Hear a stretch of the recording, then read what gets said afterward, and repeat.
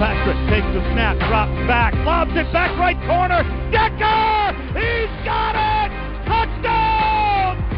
Eric Decker scores! And the Jets have won it in overtime!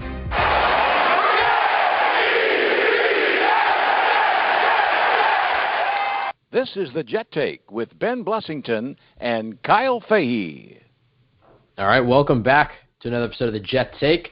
It's been a bit of a busy week considering it's mid-May, start of OTAs this past week. Only one practice was open to the public, and that was yesterday, being Tuesday. So we'll talk a little bit about that. I mean, given it's the first practice, and not too many takeaways, but we know nothing else to talk about, so we'll talk about that. I believe that's got to be the only thing to mention. Oh wait, it's not. The New York Jets have cut everybody's favorite quarterback, Christian Hackenberg, and I guess with that, I'll go to my co-host, Kyle Fahey. Kyle, what was your favorite moment of the Christian Hackenberg era? Wow. This one's hard because so many great memories, so many moments. You know, it's the end of an era in New York, honestly. It's unfortunate we saw the end of this era before the Brady era ended. I was hoping, it would last a little bit longer than that. But I probably when I told you guys all summer that he was terrible, and then we drafted him, and then I cried on air, and that I think that was my best memory because that just messed with all of our emotions. It was just such a raw moment that it got to me. So I think that was by far the best moment in the Hack era. Yeah, I think probably the best moment would be that first drive he took against the Giants in that preseason game where he just drove down, looked amazing, threw a touchdown, and we all just weren't, awe. We were like, this guy's amazing. And then he played another series. And then another series. And then another series, and we realized, oh my God, this guy's terrible. Yeah, I'm making a correction. My favorite part was in last year's training camp when he was given every damn opportunity, and then Bryce Petty pizza hut it. That was definitely my favorite moment by far. Or the film breakdown that I did during this summer, or last summer, as I should say. And I got crucified for saying that he has absolutely no chance because he doesn't know how to throw a football. That was a good moment. I do remember that. Yeah, that was a very good moment. What would you say to those who are criticizing how the Jets might have handled this, given that he was out at practice, didn't take a snap, then was able to talk to the media, said some things that were questionable, basically just saying the Jets didn't help me at all, and then traded him 2 hours later. Apparently those comments didn't have an impact on the trade, meaning the trade was probably close to finish by the time practice had already started. What would you say to those who criticize how the Jets handle this and just kind of use the same old Jets, some things never change type of thing? I actually agree. I don't think it's the classiest move by the Jets, but I don't care. It's Christian Hackenberg. The kid's been a prick the entire time he's been here. Okay. Oh wow. I don't know if we throw the P word around for a guy. I mean, look, Christian seems by all accounts like a nice guy. I mean, you look at the media members. No. Keddy. Kyle. Wow. What did I tell you? What did I tell you next time you called me that? Sorry. I would leave the show. Please do. Keddy's my best friend, for those who don't know, back here in Portland, Oregon, the Wild Wild West. Yeah, Keddy also plays lacrosse. So he also got a horrible concussion and no longer. Yeah. Yeah, that's unfortunate for him. Yeah. Maybe he won't call me Keddy. Maybe that didn't make any sense at all. Yeah, I know. I really anyways, okay, continuing on. No, I mean, look, by all accounts of the media, they've just kind of spoke glowingly of him. I mean, said he's put in a tough situation and was by all accounts a nice guy. Was the poster boy in the media? Up until this past interview, that was really the only time he said anything of really any note. That was kind of whoa. He kind of came off like a Ryan Leaf. Who? Mom Wilkerson. Not really. Anyways, I don't really blame Christian as much. He'll go to Oakland. Let's just hope that he's actually solid enough to make the roster. I don't think he will be, but Gruden seems to love him, and he has more hope. Going against my boy Connor Cook and E.J. Manuel. So I think he has more hope in his career than E.J. Manuel does, but E.J. Manuel technically is a veteran with starting experience. So yeah, hey, E.J. Manuel beat the Jets. I mean, He single-handedly. We beat him, though, so. Well, he crushed all of our souls with a, and then Sheldon Richardson, running into Richie Incognito, like 18 seconds before the snap actually occurred. That was, how many times did that happen in that game where they brought him in and did the fake, remember that? Quite a bit, yeah. Yeah. I remember that was my big inside scoop. I had a neighbor who had dinner with Rex Ryan, going into the 2012 season, and I got a letter from Rex Ryan. It was kind of cool. He said Portland's biggest Jets fan or whatnot. But the neighbor was like, yeah, we were talking to Rex, and he said the big surprise the Jets have coming is not actually Tebow's not really going to ever be the quarterback of the Jets, but he can come in with Sanchez being at the same time, stuff like that, do some wildcat stuff. And I remember being oh, that's going to be so cool. They're going to totally execute that so well. And then they had that first game against the Bills, 2012, where they just blew them out, and I was like, this team's going to be so good. And then they weren't. Ben, it sounds like you buy into false prophets and stuff. Yeah. You want to tell us what school you go to? All right. Let's keep moving on. I guess the other thing to note would be today, Christopher Johnson's comments on the kneeling. Kyle, would you like to explain that and your thoughts on it? Christopher Johnson is a millennial hipster. No, I'm joking, but he does wear tight jeans. So I don't know how I feel about that. I cannot figure out my login for Twitter. My God. Oh, that's why I'm typing in my email, not my username. There we go. Yeah, it seems that Christopher Johnson's the only owner in the NFL who has sense. He clearly is taking a stance where he's supporting his players and whatever they choose to do regarding, the kneeling situation, which was quote-unquote voted unanimously by NFL owners and I guess officials or beings in the NFL to let the players sit in the locker room, I guess, during the national anthem if they're going to knee, and if they come out and do it and they knee, they get fined, which is ridiculous seeing as they're exercising their right as an American. It's right in the Constitution, kind of a whole thing about it. It's whatever, though. Complete disregard, for, honoring something historic, I guess, which is the point here.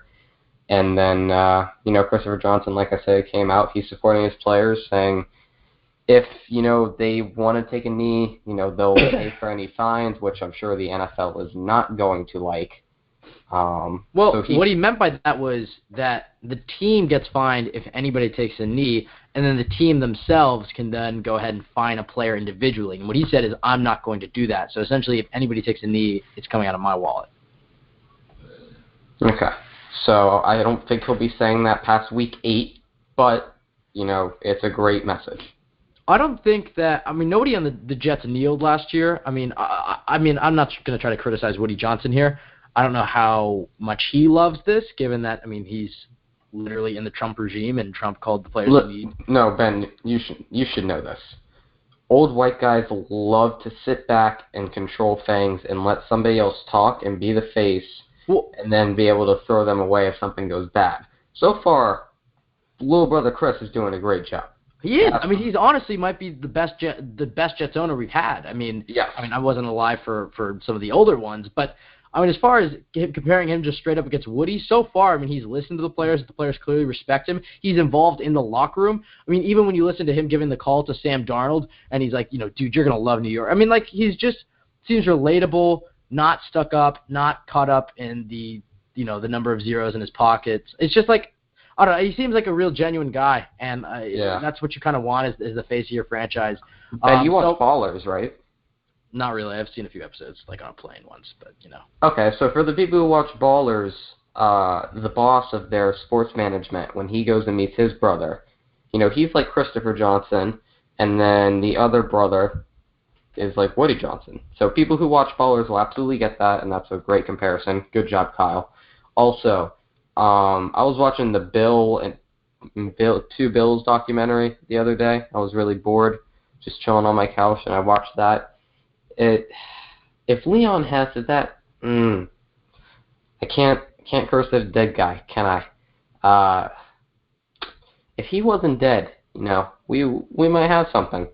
No, he had to croak. and leave us in, Okay, let's not go after Leon Hess. But yeah, I mean, honestly, Did he own Hess? I have no idea. As far as that goes, I mean, I almost hope that Woody just likes his life in politics and kind of stays there, and Chris is doing a good job. People like him. Anyways, moving outside of that, Kyle. Corporations.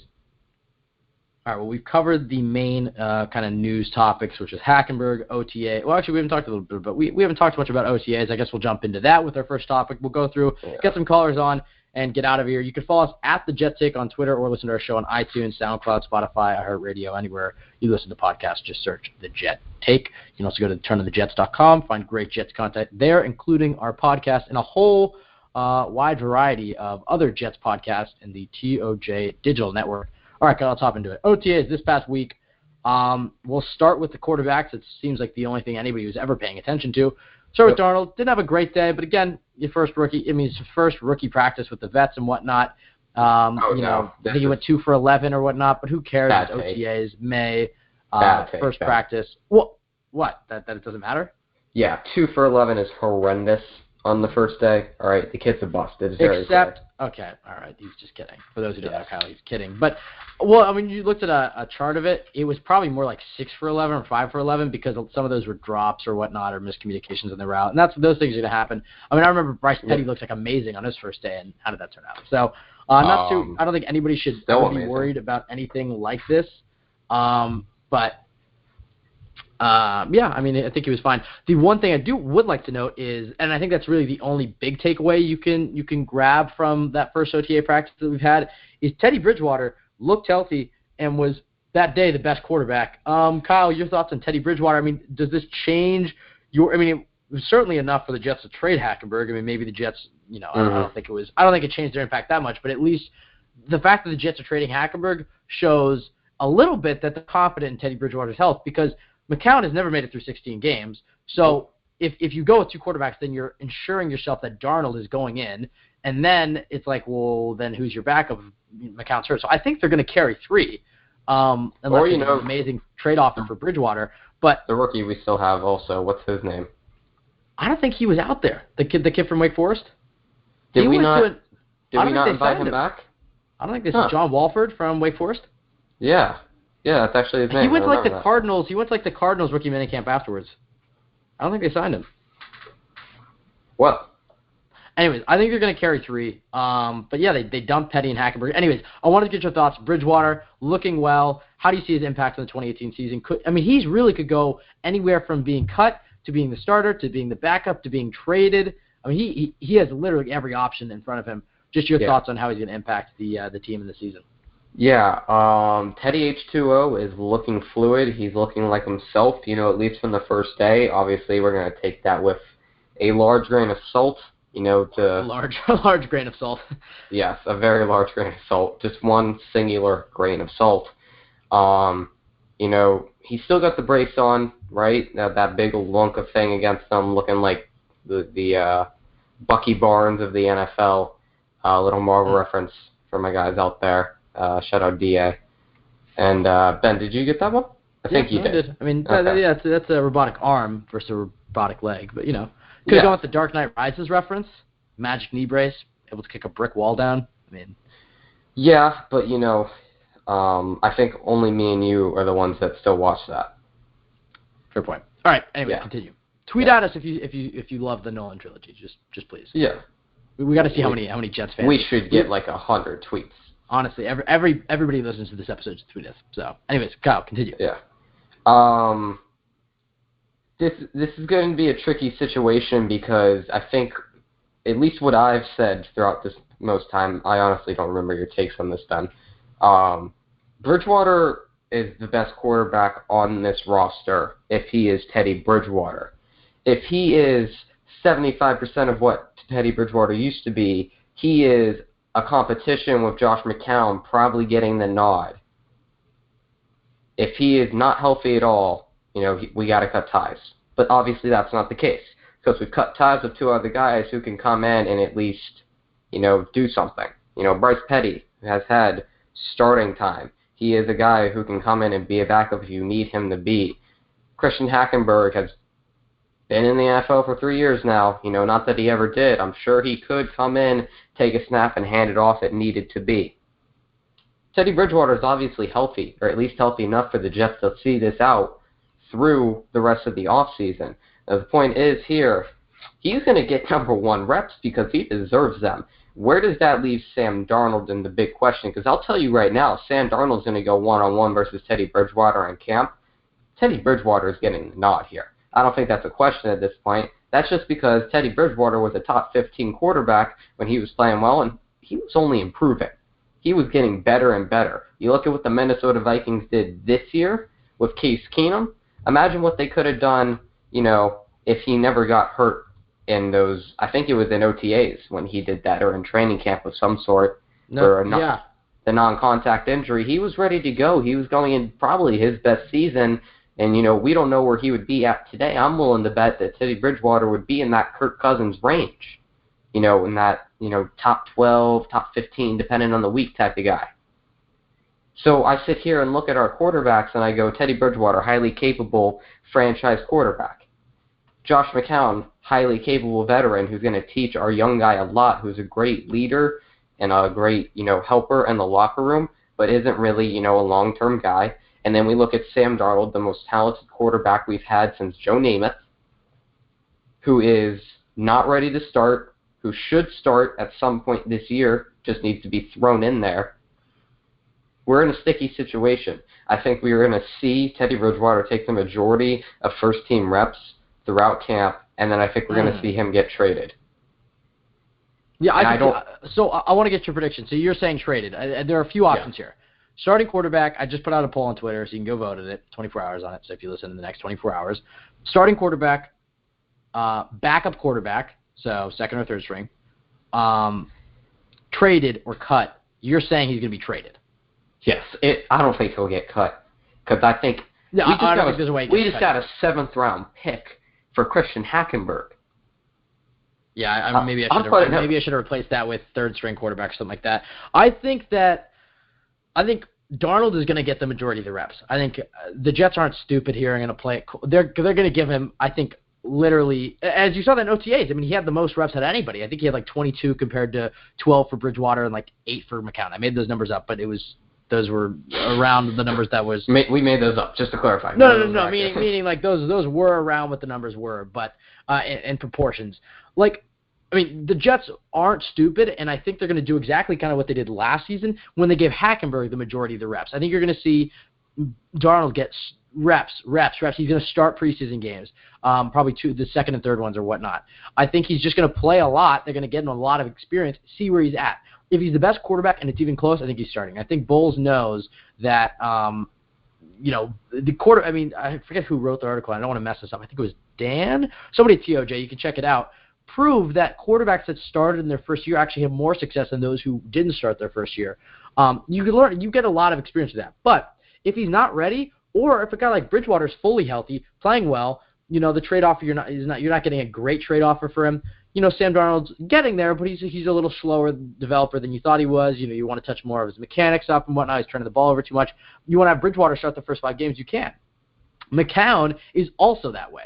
McCown gave you solid performance last year. He had a 95 quarterback rating or something throughout the year, 94 quarterback rating throughout the year. He was a pretty solid, productive quarterback. So he can also be your starter. I think he's probably more valuable as your third stringer quarterback coach. Honestly, I think if Bridgewater's healthy and Darnold's kind of struggling, if, as you said, Bridgewater was a top 15 quarterback who's healthy, why not put Bridgewater in, try to win as many games as possible with him, and then if Darnold shows that he's ready around week 5 or Bridgewater sucks or gets hurt, you can put Darnold in. I'm perfectly fine with that. I don't want to see McCown for more than 5 games this year. I think 5 games is the max. I can understand if he starts. I think, and I guess this kind of segues right into our next topic, is now that Hackenberg's out of the picture, Petty's out of the picture, we have a clear concept of what the Jets quarterback depth chart is going to look like, barring a trade or, maybe the Jets bring back in Walford or somebody else like that. I want you to give me your percentage chance that each guy has to start week 1, Monday night against Detroit. I'll start to give you some time to think about it since I didn't really give you any time to prepare for this question. I'm going to go, I think it's probably 40% McCown. Then I think you're looking at 25% Darnold, and then I think you're looking at 35% Bridgewater, something like that. Is that my math that up there? Yeah. 40 plus 25, 65. Yeah, 35. I think you're looking at something like that. I think you're looking at McCown at 40, Bridgewater at 35, Darnold at 25, something like that. Right now. Now, again, this could change throughout preseason because I think Bowles wants Darnold to start. Yes. Right now. And at the very least, I don't think he wants him to wait until week 10. I think he knows he wants to get him out there soon and get him learning. I mean, you saw what he did at USC. So I think he's a fast developer is kind of what I meant with that point, and he learns more by playing, even if his mechanics aren't 100%. So I think what you're going to see is probably try to get him out there as soon as possible, but I think the most likely scenario is you're going to see a guy like McCown, probably Bridgewater if he's fully healthy and playing better than McCown, play until week 3 or 5. Do you have your proportions? Yes, I do. As I yawn, that should be an indication of your takes there, Ben. Damn. Yeah. I thought we were doing well today, Kyle. I thought we were getting along. Yeah, it was nothing personal. That was a good shot, and I couldn't pass it up. Right, fair enough. Yeah, I'm gonna go 35% for Teddy Bridgewater. Oh wait, no, shit, I did this wrong. 45% Teddy Bridgewater, 35% Josh McCown, 20% Sam Darnold. Does that work out? Yeah. No. 45, 35, yeah. Yeah, 8. All right, that makes sense. Yeah. So that leads to my next question. After we cover these quarterbacks, we'll get into the callers and throw out some more questions. When would be the best time, do you think? So let's say they kind of go with more my strategy. Maybe McCown gets hurt. Maybe he breaks his wrist again. Who knows? But he stays kind of your third quarterback. Okay, falls. I don't care. Falls on the stair. Flight of stairs. I don't know. Or, I mean, he doesn't have to be. I'm just going to take him out of the equation here. Let's say he was shooting to some very heavy Christian rap. Okay, all right. Or he's the starter and Bridgewater's not in the picture. Anyways, I'm just kind of getting to the point where let's say Bridgewater opens up the season. Actually, I'm going to come back on myself. This is really me not being sure of myself, but I'm going to go actually McCown starting the season, and let's say Bridgewater's out of the picture. Let's say he's traded. I think that just helps the sake of argument because this is probably the most likely scenario. Okay, McCown is on the team. He's playing. When do you think is the best time to slide Darnold in? Let's say he's just kind of playing similar to last year. Whenever we get permission. When do you think is When do you think is the ideal time for him to slide in? Let's just say you're kind of getting, the Jets are actually, I'll give you my take on this first, again, to give you time to prepare because these are both impromptu questions. I think that, first, the Jets' first 3 games of the 2018 season, you have 3 games in 10 days. You have the Lions, Dolphins, and Browns, and only one of those is a home game. So that's a tough little stretch there for the Jets. I don't think you want him playing like that. Then you're on the road against the Jaguars, one of the best defenses. Then you're at home against the Broncos, another one of the great defenses in the league. I mean, if you're trotting Darnold out there, then you're facing – look at it this way. First 3 weeks, you're playing back-to-back to back-to-back. Then you're going to go into Jacksonville for your first ever start and then play one of the best secondary, probably the best secondary in the league. Probably not. Then you're going to go face Denver, Jacksonville. Then you're going to go face Denver and have not only a great secondary, Chris Harris Jr., but Bradley Chubb and Von Miller, and maybe Shaquille Barrett or Shane Ray, depending who's there. I mean, very good defense in Denver. I think probably that best time would be that next game. That would be week 6 against the Colts, which I said I don't want McCown to start more than 5 games. I think that's probably the ideal time. Do you agree? You're at home, just a 10 o'clock game, so not a primetime game or anything like that. You're at home against a pretty cupcake defense. Let's not lie here. Do you think that is the ideal time? I mean, I think you avoid 2 of the top defenses in the league and you avoid the tough stretch, or do you think it's more ideal, he starts immediately and then can get a few weeks until those Jacksonville Broncos game? I think, honestly, if he's not ready to start, you probably should wait until after the Jacksonville and Broncos game because those are 2 huge tests for him. So what's your take on this, Kyle? I just want to say, because I kind of lost all train. You probably heard me laughing. Did you see the tweet that we just got? No, but you can give your... Like I said, I lost my train of thought while I was reading the tweet. So give me the quick and dirty. I was saying, when do you think is the best time to choose when Hack should play. Sorry, I was reading the tweet as well. Yeah. Like, what week do you think is the best time? Because I'm saying first 3 weeks, back to back to back, and then Jags, Broncos, 2 tough defenses. I think the at-home game, 10 o'clock. Okay. Game I got it. Yeah, I got it. It would be week 1.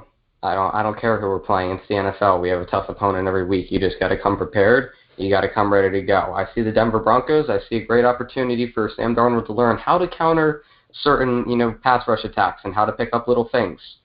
You don't think is similar to, not to throw out Hackenberg here, but Hackenberg against Detroit. That's my favorite Hackenberg moment. Actually, I take that back. First play, Jets like he's going to start this preseason game. First preseason game he starts. First play just absolutely popped. I mean, are you worried about that at all with Von Miller coming across the end and just nailing him? No. You don't think that's going to hurt a young quarterback, 21 years old's confidence? I think Sam Darnold and Christian Hackenberg are 2 different individuals. Yeah, but I'm using Christian Hackenberg as an example, but I mean any rookie quarterback, first time they're playing, you're going to put them on the road, one of the loudest stadiums, against one of the better defenses in the league. Not only do you have a pretty good secondary, great pass rushers, the weakness of Denver is their offense. Offense is putrid, but so do you think that's the best place for him to play? Yeah, I think, if you're going to throw a guy out there, start with him. Have the team build confidence around him. Right. Losses happen in the NFL. If you want to talk about confidence, what's he going to do? He's going to fall into a sunken place, Ben? We're going to have a 13 reasons why for this guy if he takes a sack? Okay. All right. Christ. I'm saying that if he goes and plays against let's say he starts week 1, you want to get him some cupcake defenses. Okay, here's an example. Now, this is Josh Rosen, who looks like he struggles with some mental issues. Okay. Yeah, maybe I wouldn't want to throw him out there. I think one of the things that Jets loved about him is his confidence and his short-term memory. He'll make a throw, it'll get intercepted, he'll make the exact same throw the next drive, and it might be a touchdown in triple coverage. And I think that's something you like. He has the guts. He has that Brett Favre kind of, I'm going to throw it here, and it's either going to be a touchdown or an interception. But and he's Brett so Favre good that threw the most interceptions in NFL history. Okay, well, he also won 2 Super Bowls, so, You got me there. I just really slumped my knob. Headphones, I can't hear. Hold on. Oh, Ben just missed a great joke. All right, I'm back. You really just missed one of my best ones ever. I didn't hear it. Anyways, I said you let's really get some slumped callers. my knob. Oh, all right. Let's get to some callers. But before that, I just wanted to mention the analogy I was going to throw out is, Kyle, whenever you put in a rookie quarterback, think of any rookie quarterback you think that hasn't started, that's coming in for their first time. What do NFL coaches always do? They run the football, and they throw short passes. They don't ever have them go out of there in the shotgun, third and long, and throw into triple coverage. I thought you were talking about the other coaches that they're facing. Okay, no, sorry. I was talking about the offensive coordinators. That's just, you build the quarterback's confidence. You get him comfortable. Okay, I'm in an NFL game. I'm in an NFL stadium. I'm in front of 80,000 people. Okay, well, we're at MetLife Stadium. So I'm in front of 50,000 people, 30,000 empty seats. Just get him acclimated, run the ball. Okay, I did that well. Hit a short pass to your running back. Okay, he got 5 or 6 yards. Get him comfortable, and then you play. It's the same thing. I think if he plays, get him some cupcake defenses. Have him play against the Browns. Have him play against the Colts. Have him play against the Bears. Browns have a very good defense. Actually, the Browns have improved quite a bit. But I think the Colts are a good example. Name me 3 players in the Colts defense. Malik Hooker. Yep. Let me think about this. Yeah, let me think exactly. That's my point. T. Tabor. You have to think. You'd have to think. You only know T. Tabor because he went to Florida. Yeah. And the other guy, his old teammate. Bro, they got rid of their whole defensive line. I just went to go say Henry Anderson and Jonathan Hankins. Anyway, they're both gone. That's my point. They're in a new system. A lot of new guys. I think that's probably the best place for him. If he's not ready week 1, I think that's the best place. Get him a cupcake defense. Do the exact same things I said. Run the ball, short passes, and then get him comfortable. Let him throw a bit. Open him up. He gets comfortable, and then he goes and plays a team like the Vikings, which is a very hard team as well. But you can't, as you said, you can't baby him forever. So you give him that cupcake game, and then you give him a challenge, both at home. I think that's probably the best place. All right, let's go to some callers. We'll open up, ask some questions. They ask us some questions. It'll be fun. We'll get out of here. I'm so pissed. Why are you pissed? Wow, this defense sucks. All right, he's only against the Colts defense. Kenny Moore, never heard of him. Matthias Farley, never heard of him. Their other corner also went to Oh, Quincy they don't Wilson. They don't have T. Tabor. They have Quincy Wilson. Yeah. Cease went to the Lions. Yeah, they're both Florida corners, and they were blue. So they got Quincy Wilson and Lee Cooker. Yes. Anthony Walker, who I loved last year out of last year's draft. I probably should have remembered that. Antonio Morrison. The Jets gave him a few guys in, what's his name? Kamiko Toure from Rutgers. They drafted him in the second round with one of the Jets picks. Anyways, this is not Turn on the Colts. Let's go. We're going to start with 917. You were on the line. I have a feeling how's it going? Say your name. Hey, guys. How you doing? Oh, hey. Okay. Oh, we're doing good. Just, talking some Jets. I guess we'll open it up. Who are you, Picos? Oh, yeah. What's your name, man? Mike. All right. Sweet, Mike. Wait, have you been on before? I was on last week. Yeah, okay. That's what I thought. You didn't enter into the system, so I don't want to make assumptions. All right, well, Mike, glad to have you. Kyle just entered you in the system, so now we will officially always remember that you're in the system now. Assuming I had consent. So. Yes, you have his consent. Mike, let's open it up, kind of talking what we were about, and then we'll transition into some new topics, talking about the quarterbacks and how the Jets are going to divvy this up. Bridgewater, McCown, Hackenberg. How do you kind of see this all playing out? Kyle and I kind of gave our percentages. I know people are kind of upset about the usage of math, but who do you think is going to be that week one starter, and how do you see this kind of all playing out throughout August and July? Yeah, that was my tweet, by the way. Yeah. I laughed so hard on that. Mike. All right. The Ben. Glad you were not offended. It's going to take a lot to offend me. Oh, well, in that case, it's a challenge. Let's see if we can get there. Bridgewater. We should make that a segment. Useless to us long term, right? He's signed on a 1-year show me deal. He's not long term. His only purpose for being on the team at this point is to bring us something in a trade. Yeah, I think. Yeah, I don't even know if there's another way to look at it that makes sense. So you think he's just here for the trade bait? You don't see any way he starts week one? I mean, because there are reports, and although it's OTA's first practice, but as Kyle said, he was a top 15 quarterback when healthy. The reports from OTAs, he's moving around well, he's healthy, and he was the best quarterback on Tuesday. How much stock you want to put into that is to be determined. But so you think it's just the Jets going to hold on to him, and then in August when it's inevitable that some team's quarterback goes down, or the Jaguars are not content with Blake Bortles, or whatever, and a team offers the Jets a third-round pick. You think that's why he's on the roster? Exactly. Although that's not necessarily inconsistent with starting the first couple weeks, because maybe it takes till then for someone to go down and another team to get desperate. Certainly a good chance for him to showcase this by playing in actual games. But again, the future of Darnold. He could start all year, but what's the point? Yeah, I think my prediction on... if he plays well, he won't be around next year anyway. Yeah, no, I think my prediction on Bridgewater is that he's going to play the entire Eagles game, that fourth preseason game. Because I think the Jets... I guess you theoretically could have Darnold play and then kind of just have him play against backups, but the fear with that is it's kind of the Mark Sanchez 2013 thing where it's like, why would you play the guy who's inevitably going to be your starting quarterback this year, play him in a game that's meaningless, and you don't want to get him hurt. While you get him some experience, you build his confidence against teams that aren't that good.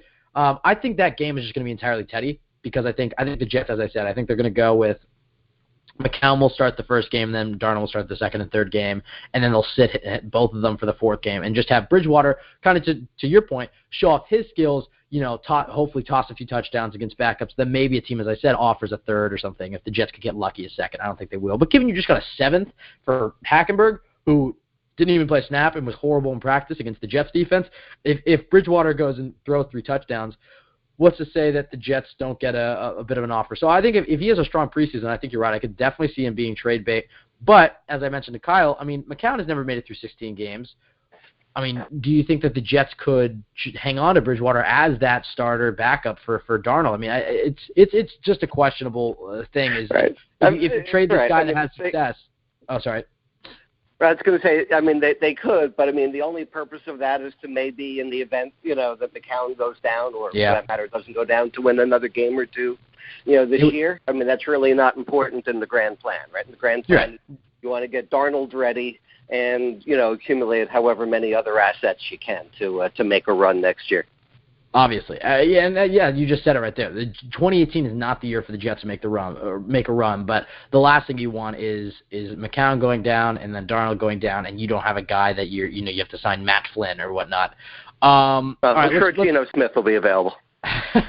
Oh boy, I'd love maybe a Mark Sanchez or a Geno Smith type of reunion. Oh, that'd be beautiful.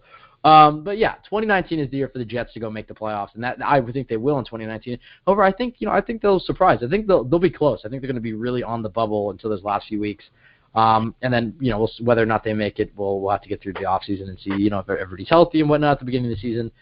Well, any success for a rookie quarterback definitely comes down to who they're handing the ball off to. Can they get the pressure off of them? The Jets added Isaiah Crowell and Thomas Rawls to that running back stable. We'll start with Crowell. I want to get your take on who has more rushing yards, Isaiah Crowell or Bilal Powell. Bilal Powell was getting the number one reps in OTA. So do you think he's going to get more reps, or do you think the guy they bring in from Cleveland, younger guy, more of a Chris Ivory type of running back, power running back, who do you see getting more rushing yards? I would say Powell. I mean, Ivory type running backs tend to not last the whole year, and I think the whole world just underrates Powell. He has played very well.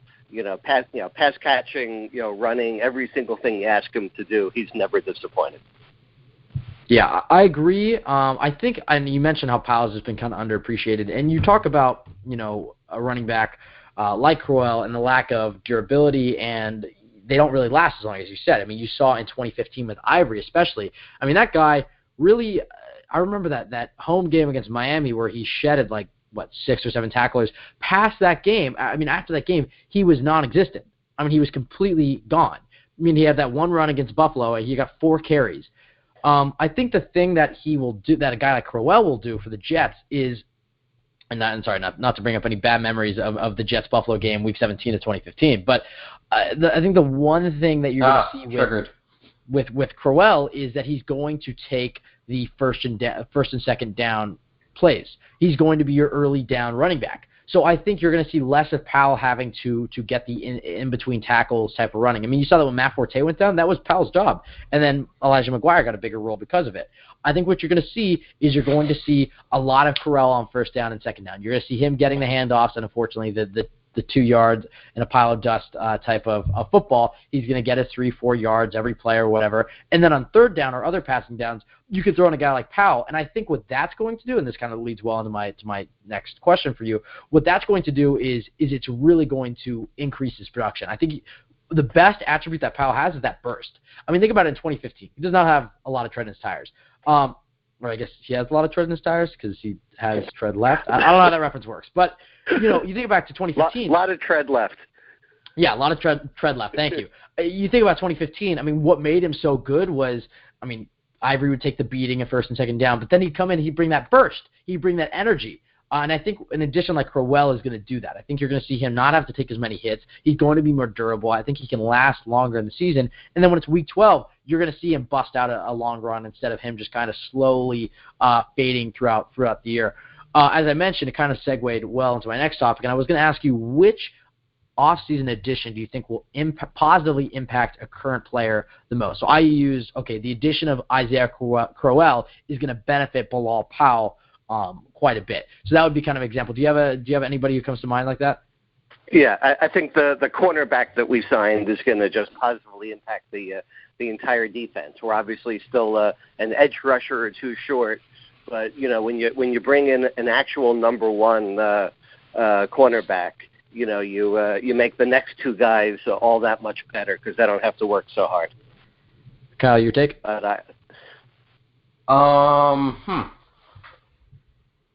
Spencer Long will benefit the offense the most, and probably the team overall. Really? I wouldn't go team, but I'd go Carpenter and Winters. I think you saw they were both injured quite a bit, and then they were playing alongside Wesley Johnson. I think you saw that they just did not play up to the level that we'd seen from 2015 to 2016. I think Long is a good answer as far as improving the production of the offensive line. And to Mike, your point, I mean, with Johnson, I think that is probably the most popular answer. I mean, we tweeted this out last week, and that was the most popular answer. I mean, it's like, look, you bring in Tremaine Johnson, he's a top 10 corner. He's around there. He's probably 10 to 12, I think is what we kind of decided. He's a top 10 corner. You have him at 1. You allow Morris Claiborne, a guy who, struggled with health in his career, but he was healthy last season, and he was playing well on the number 1 corner. He can now slide to the team's number 2 wide receiver, which should be, significantly worse than the number 1 receiver. So now you have 2, starting caliber corners as your outside corners. Then you have a guy like Buster Skrine, who is at his best in the slot, not amazing, but he's as I said, he's at his best in the slot. So you're going to get the best production you're going to get out of him, and hopefully a guy like maybe Perry Nickerson could hop him on the depth chart. But the biggest thing it does is, it helps the safeties. It helps the pass rush. I mean, when you have a guy who can shut down, let's say you're facing, I'm trying to think of a random team. I don't know, the Vikings. You have a guy who can cover Adam Thielen that well. I mean, the Vikings were kind of a bad team to pick because they have a lot of weapons. But when you can take a team's number 1 wide receiver away, or at least neutralize, I mean, you're not getting 2009 Revis here where you can take him off the field entirely. But if you can limit the team's number 1 wide receiver with your number 1 corner, allow him to 3 or 4 or 5 catches, something like that, you're taking him out of their offense.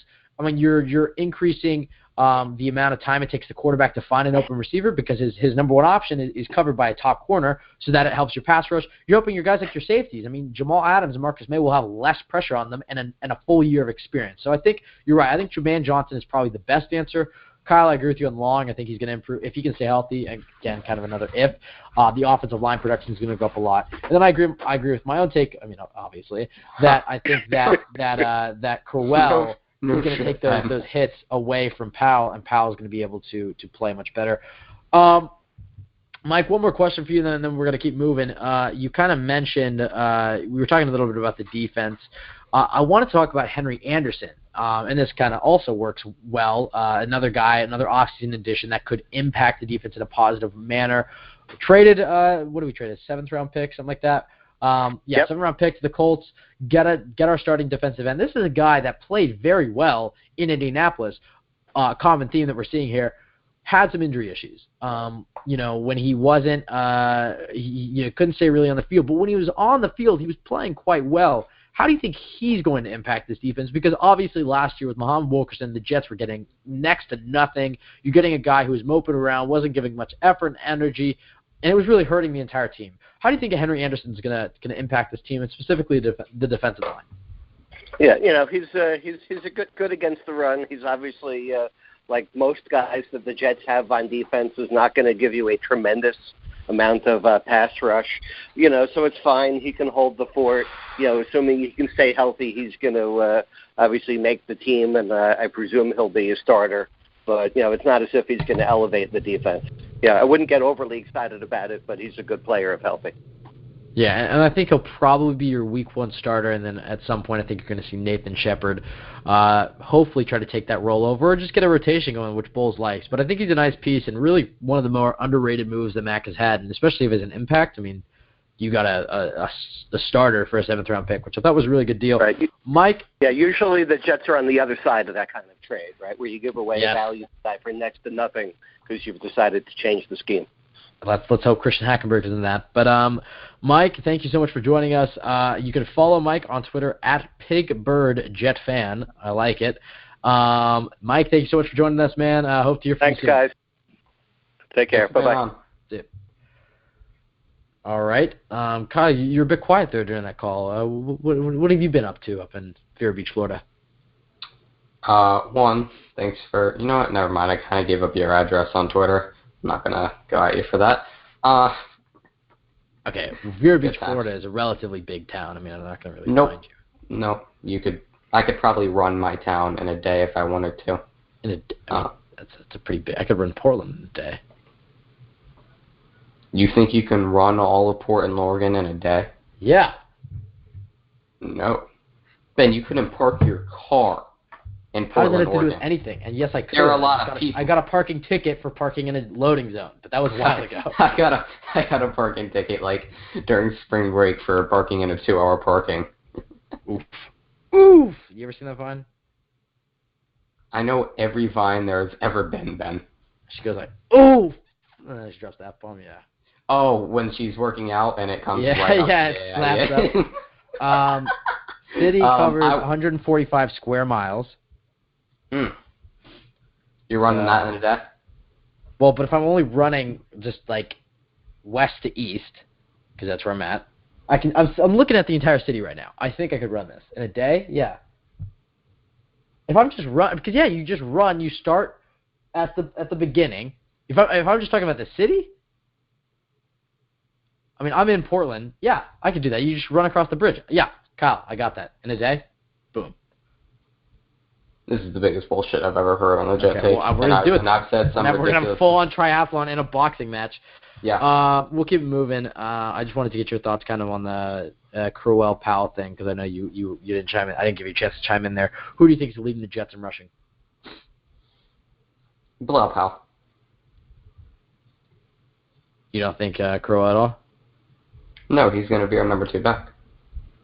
All right. Why are people like cutting Elijah McGuire? I don't get it. Oh, he'll make the team. I don't know. Cut, but he's the third string right now. Yeah, but like, he got solid numbers last year as a third string. Yeah, I think people are a little too quick to not. I mean, I think he showed your potential. I think he's Bilal Powell's replacement, because I don't think Bilal Powell's on the team next year, and I think you're just going to see that role is going to be filled by Elijah McGuire. Receiving back, never going to be your full-time starter, but a guy, I mean, yeah, we compared him to, who do we compare him to? James White, I think, was kind of the comparison we had for him. Yeah. Deion Lewis, something like literally a classic Patriots back, and I wouldn't be surprised if Bilal Powell is wearing the red, gray, and blue in 2019. But you think those are the Patriots colors? Red, gray, and blue? That's what you went with? I mean, they wear blue and gray and red, so. It's blue, white, and red. They don't wear what? Look at their helmet, dummy. Also, I'm getting over a cold, if anybody's wondering why I said what? That. Dummy? Yeah, that was a great one, Ben. New Patriots. Yeah, look, they're wearing gray. I mean, New Century Silver. Silver. Okay, fine. We'll settle on that. And that's their helmet. If you look at their logo, it's white. Yeah, and then there's a gray part, or a silver part, too. Anyways. Ben, their logo looks like 1790 Salem, Massachusetts. It's white. There's no arguing here. Oof! I'm going to download that soundbite. All right, well, we'll keep moving. We'll go to Tyler now. Tyler, how's it going, man? Yo! Whoa, Tyler bringing the energy today. I like it. How's it going, man? I already said how's it going. What's up? So, all right, we're doing well. Now, Tyler, I kind of want to ask you the question that I just asked Mike, which was, who do you think was the one offseason acquisition that is going to benefit a Jets player currently on the roster the most? The what? Oh boy.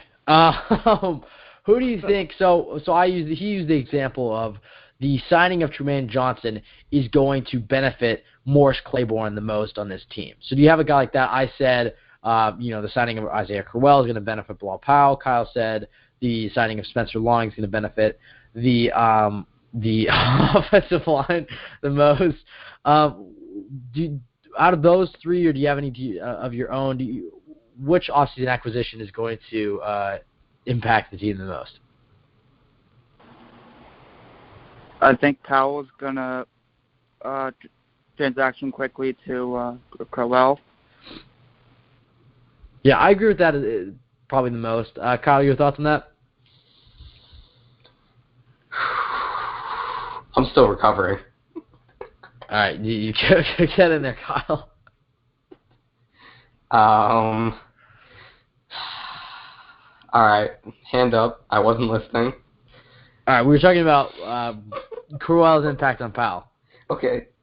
Yeah. To be fair, though, Ben, you had me dying. I had to mute. All right, keep moving, boy. Boy, what the? Well, maybe this is 1790 Salem. All right, come on, please, for the love of God. Crowell affect on Powell. I think at most when Powell gets gas, Crowell comes in. How do you say his name? When I say Powell and then Crowell is followed after it, I'm just gonna say Isaiah Crowell? Crowell. Yeah, but like when I say Powell or Isaiah Crowell. Huh. All right, Tyler. Moving forward. Hey, Ben. Yeah. Can you say privileged and condescending? Privileged and condescending. All right. Thank you, Mike Tyson. All right. Tyler, now this is a question, and Kyle, a question for you, so you might want to listen for once. Will the Jets have a 1,000-yard receiver? Tyler, I'll start with you. A 1,000-yard. Oh. I don't think so.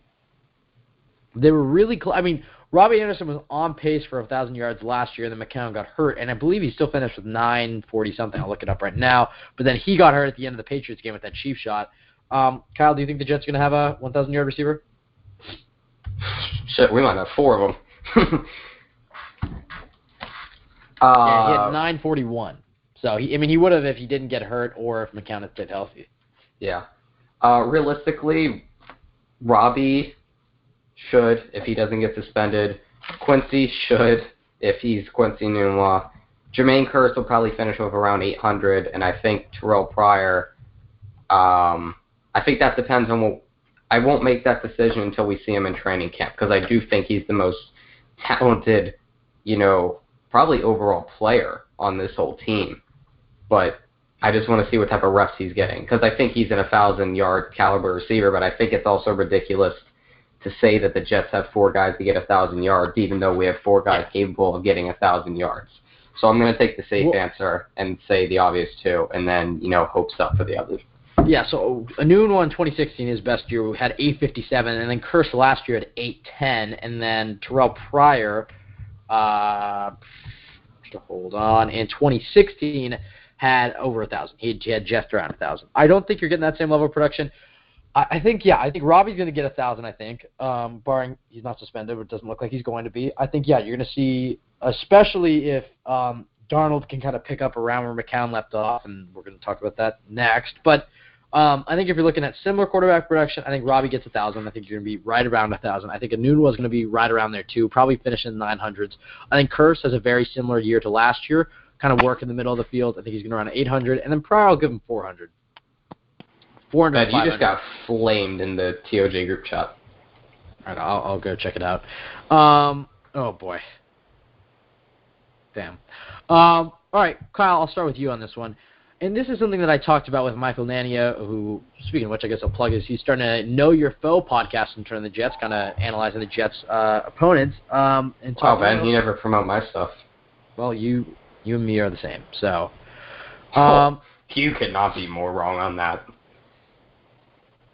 Sorry, I was reading, so I just said a word that didn't really make it. You and me are on the same show is what I meant. Kyle, I'll start with you. Is that what Ben Shapiro does? God. Kyle, I have a cold. I don't have time for this. Fire tonight. I guess so. I'm like Ben's genitals 24/7. I am just on fire. All right. No, I wanted to get you. I mean, how do you think Darnold, production-wise, is going to compare to McCown? Because I had just kind of said that I think he's going to have a similar type year. Michael Nania was very against us, saying, McCown, this is a guy who had a very high quarterback rating, was very efficient. Obviously, a guy who's played nearly 20 years in the league. Darnold isn't going to come close to that. You're going to see a lot more turnovers and whatnot. Kyle, how do you see him comparing to McCown's 2017 season? We're talking about Darnold? Yes. I don't think it will be similar to it. I'm honestly not expecting a lot of production from him year one. Like, I think, what did McCown have touchdowns? Oh my God, that's every fucking... Okay. Josh McCown stats. All right, he had 18 and 9. But he only played in... Yeah, I think Darnold will have 20 touchdowns, probably like 16 or 17 interceptions. So, I mean, it will probably... His quarterback rating was a 94.5. Yeah, I think it will be around similar, but it won't be as productive, if you know what I mean. Like, guys can have better stats, but not be as productive. Like, Alex Smith's probably statistically a lot better than Kirk Cousins. But, Kirk Cousins is better. So, you know what I mean. Yeah, Tyler, your thoughts on this? For Sam Darnold? Yeah, McCown versus Darnold. How do you see him? How do you see him playing out? How do you see Darnold comparing to McCown's 2017 season? That uninformed take has been evident since day one. I'll give you my take. I think Darnold is gonna sit for like a year or two, and we let McCown play, and let Teddy be third string. Oh, I thought I said Ketty. Yeah, no, I see. It still would have been appropriate because he said Petty. I said Teddy. Teddy. The T. I said Bridgewater. Oh, okay. I thought you said Petty. I was about to get on you, Tyler. You're walking some dangerous waters, man. All right, Tyler, last question for you, man. Just talking about the fourth safety. So, we'll talk about the backup safeties. Obviously, Adams and May, kind of the cornerstones of this defense right now. Young, obviously exciting players, first and second round picks last year. The backups for them, a little more unknown. You have Rontez Miles, who's been here for quite a few years. He might be one of the more longest tenured Jets on this team, dating back to 2015, which is pretty long given this regime. You have Terrence Brooks, who the Jets traded for last year. You also have Casey Rogers' son, Casey Rogers II. You have Doug Middleton. How do you see the Jets' safety depth chart panning out after Adams and May? Is it me or Kyle? You. Oh, thank God. I wasn't listening. It's going to start out with Adams and May. And then it's going to be from give me the names again. We got Rontez. Yeah, Rontez, Casey Rogers II, Terrence Brooks, and Doug Middleton. Doug Middleton, Rontez Miles, and Terrence Brooks. All right, Kyle, your thoughts? Slight brain aneurysm. I can't say that. Brain aneurysm. There we go. Probably Rontez will stick around for special teams.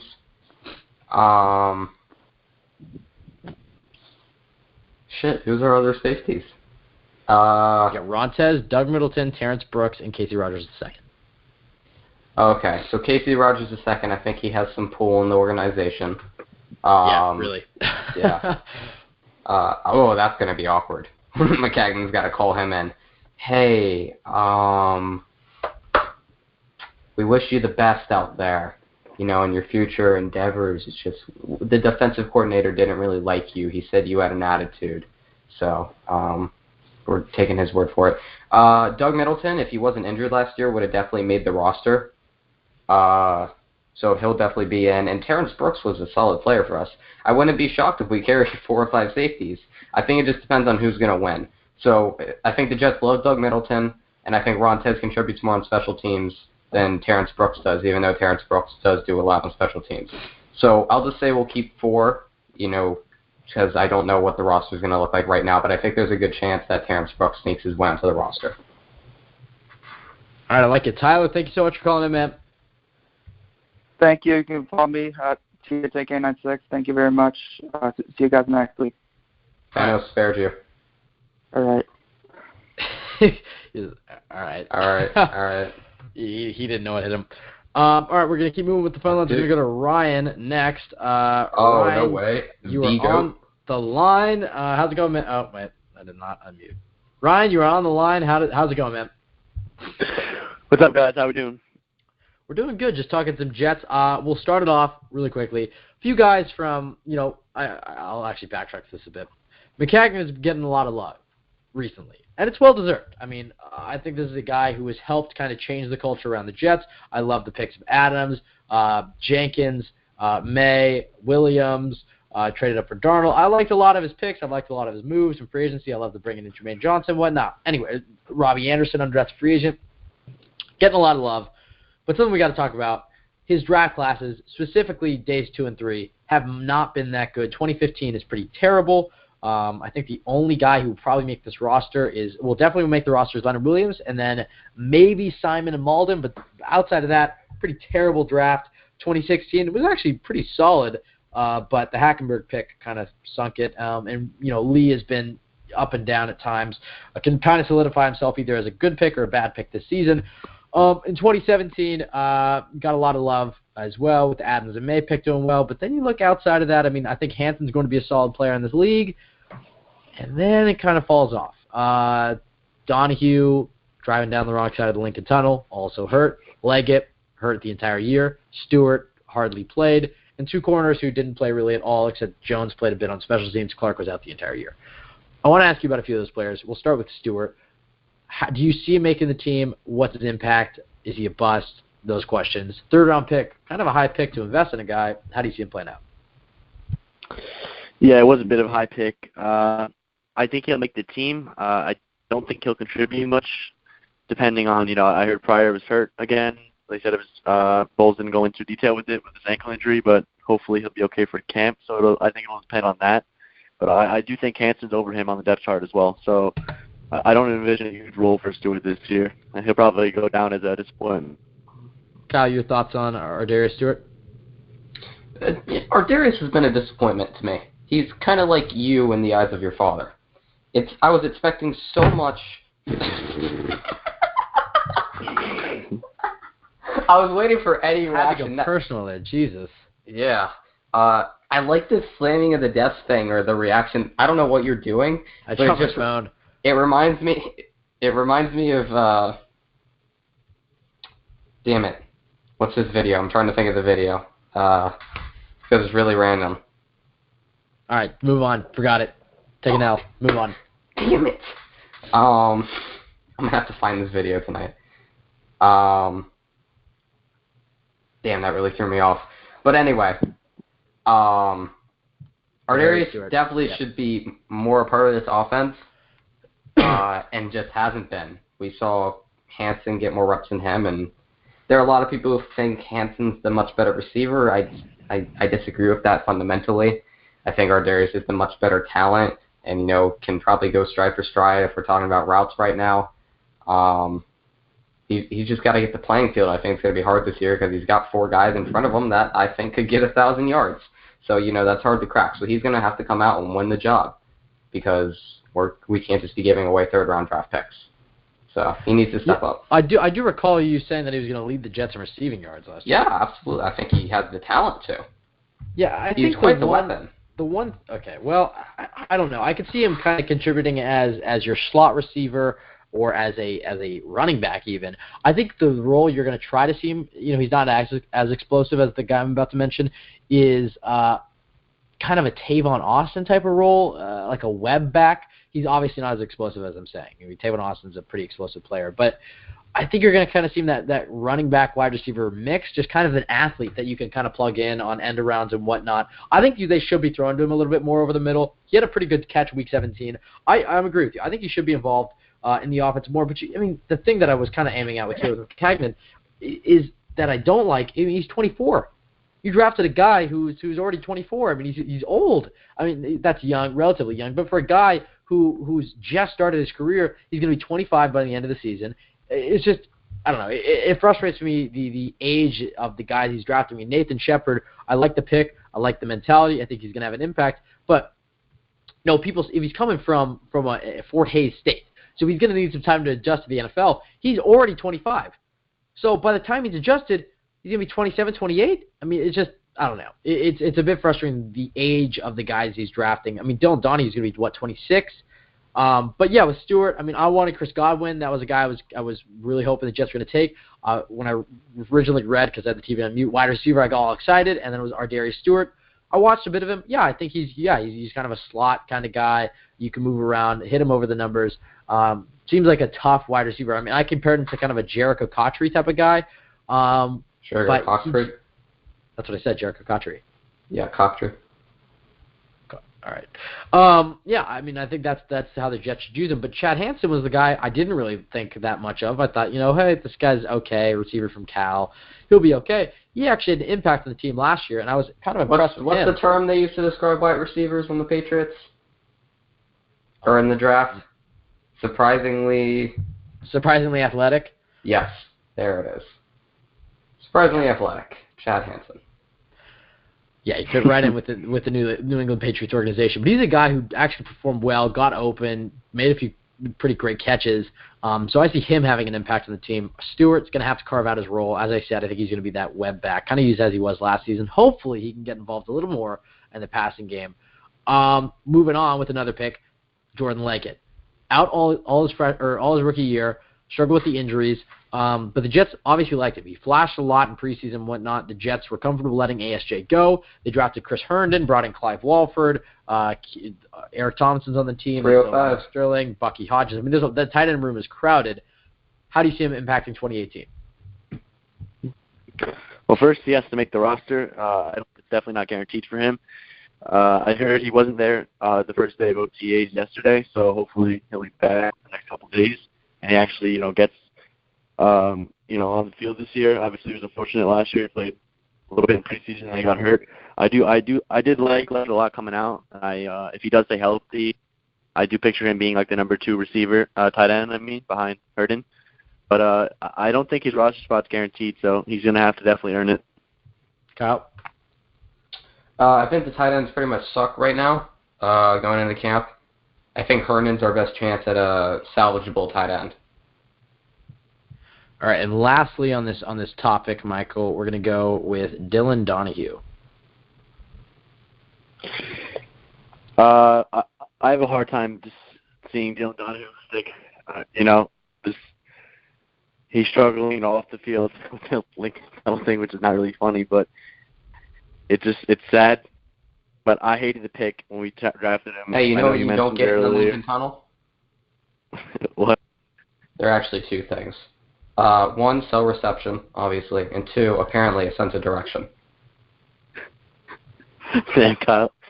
Yeah, I mean, tears here. But I never root against. You know how hard it is to do this show, Ryan? You know how many jokes we just send each other during the show where I just completely lose it and have to mute myself, and then Ben's like, "So, Kyle, what do you think of that?" Knowing damn well I'm laughing, crying, I'm not paying attention, and I'm like, I gotta look like an idiot because I don't know what he just said. Because I wasn't listening. I paint him as an idiot all the time. Yes. So I totally understand laughing on some of these references.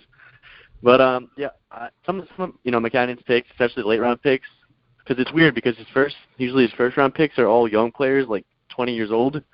So he definitely likes the young players in the first round. But and then later in the drafts, he takes these older players, which sometimes I don't have a problem with. I think Nathan Shepard, I think he'll be decent, and also he's like a defensive lineman, so I do take into account the different position. They usually, end up playing longer into their 30s, like McClellan is doing right now. But guys like receivers and edge rushers, especially edge rushers, you have to be, for the most part, the best edge rushers are athletically, gifted, and they're great athletes, great combine. And Donahue, he's more of an effort guy, and I don't know, I just don't see him having a role, and I have a hard time, seeing him make the team. Yeah, me too. All right, Ryan, we're gonna have one topic. His hair. Maybe that would, I don't know. I kind of like. That's pretty cool. We have one last topic for you, but it's a bit of a long one and one that you're not really that prepared for. So we're gonna try to hop into it. There was an article. That's what he said. Okay, you're just gonna. All right, the Jets, or I believe it was Joe Caporoso tweeted out, where would you rank the Jets as far as AFC teams? So out of 16 teams, Kyle, I'll start with you, and I'll give Ryan a little bit of time to think about it. Where do you see the Jets kind of ranking in the 16 teams in the AFC? All right, let me pull up the AFC. Really? You don't know who's in the AFC? Actually, I have a Texans, Bills, Broncos, Bengals, Colts. Shut up. Dolphins, Chiefs. Christ, Matthew McConaughey, for once. Pats, Raiders, Steelers, Titans, Jets, Chargers. You feel good? You just released everything? I know it's been stored up for a while. Yeah, okay, that's what I thought. All right, so we're better than the Bengals, we're better than the Browns, we're better than the Ravens, better than the Colts. Whoa, it's okay. That's fourth. The Jets are. Yeah. I'm just fifth worst team. Yeah. 12, better than right now. Better than the Bills. They're better 11. than the Dolphins. 10. Better than the Raiders. 9. That's about it. Given as the 9th best team, Ryan, your thoughts? Nope, that's not how that works. What? I'm gonna Google the AFC. Just, all right. I'll go. Yeah, go ahead. I think. Yeah, I'll go. I'll start with kind of bottom to top, I guess. Better than the Dolphins. I think the Dolphins are going to be pretty bad next year, and they're gonna have to draft a quarterback. Sorry, Travis Wingfield. Travis Wingfield, who seems like a nice guy and does great work on his site, and I know you helped him out. Mm-hmm. But the one thing I cannot get behind, he's a Dolphins fan for those who don't know, has a website and whatnot. Yes. And he's just enamored with Ryan Tannehill. I mean, he took his wedding photos or proposal photos in a Ryan Tannehill jersey, and he just thinks he's amazing. I mean, look, I know Ryan Tannehill has some potential, and Kyle, I don't know how much you buy into this, but he reminds me a lot of the Geno Smith supporters who were like, look at this game against Atlanta, look what he did. I mean, he just needs look. The guy is not. What I'm not saying you're comparing Ryan Tannehill to Geno Smith. I'm comparing his fandom of Ryan Tannehill to take any sort of Jets Twitter person, their fandom to Geno Smith. It'd be just just all the time unwavering support of a player who, yes, has had his moments, but otherwise been pretty mediocre. All right, let's go. Ryan Tannehill's pretty good. He just can't stay healthy. I think I would put him as out of, we're ranking AFC teams. We'll go out of the NFL 32 teams. I say he's 16th best quarterback. He's just average. He's just an average guy, solid, but never going to win a Super Bowl. Direction than Dylan Donahue. Never going to win a Super Bowl unless he's surrounded by a great team. All right. As far as teams are better, Ryan Dolphins are better than. Ryan like this. This isn't in any order. I'm just going to go through teams. But I'm going to go. Dolphins are better than. They're better than the Browns. They're better than the Colts. They're better than the. They're right around. They're better than the Ravens. They're better than the Raiders. So that's better than 5 teams. They're not better than the Chiefs. They're not better than the Patriots. They're not better than the Jags. They're not better than the Chargers. They're not better than the Steelers.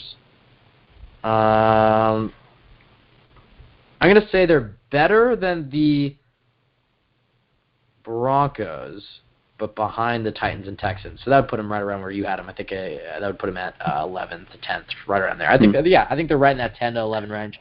Ryan, your thoughts? First I'm going to talk about Tannehill. I'm not a huge Tannehill guy. I think he is average, like you said, but I do love playing him. If you guys probably know this, but Tannehill's record against us, I think, is like 1-7. So every time he does play us, I don't know what happens to him. So he goes from mediocre to trash. So I love playing Ryan Tannehill. I was kind of, I'm not scared of the Dolphins either way, but I bring him on. Thank you. We're definitely better than the Bills. The Bills are one of the worst teams, I think. Their offense is just terrible.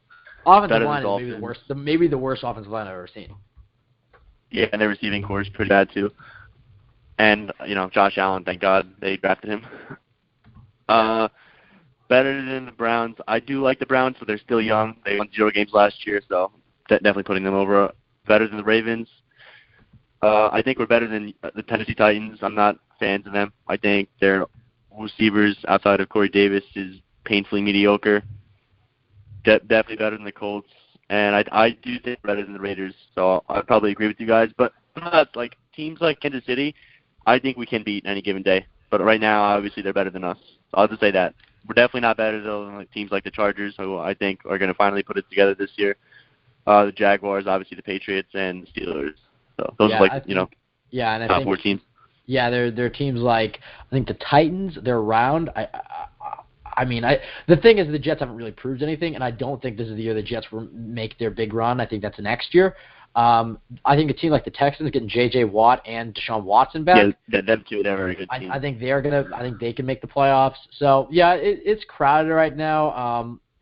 So I'll keep them around the 10 to 11 range. I think they've worked themselves out of the basement. And even the Browns, I think the Browns are in the right direction too. So I think they've worked themselves out of the basement. I think you're going to see teams like the Patriots in the next 3 years fall. You're going to see teams, maybe the Steelers fall back to more mediocre. You're going to see a bit of a rise and fall, but I think the Jets are going to be part of the wave moving up into the next tier over the next few years. Ryan, thank you so much for joining us, man. Shout out your Twitter and your social media just so our listeners can give you a follow. Yeah, of course. Thank you guys for having me on. You guys can follow me at NY_JetsNation98. All right, Ryan. Thanks for joining. All right, guys. Have a good night. You too. And that was Ryan. Ben, what should I buy from Amazon? I think you know what you should buy. Besides those.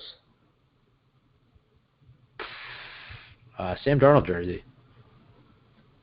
Nope, I don't want to buy another one in a year. All right, I have to actually think about this. I'll get back to you. It'll be Jets related, but I have to think. God, that's not my text. That was not what I was picturing, but okay. All right, keep it moving. We're gonna go to 908. That's actually not a bad 908. idea. You are on the line. How's it going, man? Can you hear us? Hello. Yep. Hi. How's it going? Yeah. Hi. Hi. All right. Well, thank you for coming on the show, man. Yeah. No, shut up, Kyle. What's your name, man? Yeah, it's Todd. Oh, all right. Well, thanks for calling in, Todd. We've had you on before, right? We definitely had you on, I think. Yeah. Once. It was a little while ago, yeah.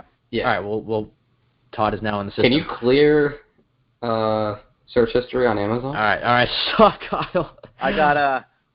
I got new phone, huh? New phone it is. Yeah. Yes. Ben does that often. Ben does that often because he's a hoe and he has STDs. Hey. No to the second one, debatable on the first one. All right, let's talk a little bit about some fun topics, and then we can talk about some serious Jets things if there's something you want to add. I want to ask you, this is an article on TOJ. We'll tackle a few of them. We'll start with this. Best, they ranked the best games in the McCagnon Bowls era, so the best Jets games. Obviously, that 2015 win against the Patriots is the peak. But outside of that, do you have a game that comes to mind as the most enjoyable or best game to watch? So I got a couple. I mean, that one is the most recent best one, I guess, the 2015 Patriots win. But my first year as an actual fan was 98, so obviously that was a pretty good year. Best record this century. Well, I guess last century, really. But anyway, so the playoffs that year were pretty cool. It was against the Jags. Yeah, the Jags game. I was at that game actually, so that was pretty cool to be at that game. I was like 10, so the memories are a little foggy, but it was a little while ago. At this, I was negative too. So you pulled a Dylan Donahue game. Right. But no, I'm gonna be in so much trouble when he gets on here. Oh man. You're gonna be like applying for a job for the Jets, and then Woody Johnson's going to listen to this and just hear about all the trash we talked about him. Yeah. Hey, Woody. That shirt you made about selling the Jets. Woody, hey. I'm manning up right now. Hey, buddy, if you're listening to this, one, you're probably old as shit if I'm applying for a job with you. All right. I don't really care. Two, your brother's better than you. I think that's pretty obvious. And the only way I guess you're coming back over is if somebody got impeached. Somebody died. Somebody didn't win another election. I already said somebody died. Crack cocaine's back in New York. I guess stop and frisk. All right. Let's move on. But you suck. You all right, suck. Kyle, for the love of God, please. I do not associate myself with those statements. Ben Blessington has privately told me that Woody Johnson looks like if Woody Harrelson stubbed his toe and then shaved his head. You can tell that was a Kyle reference, and obviously didn't come out of my mouth. Just the way he said that. You know what does come out of your mouth, Ben?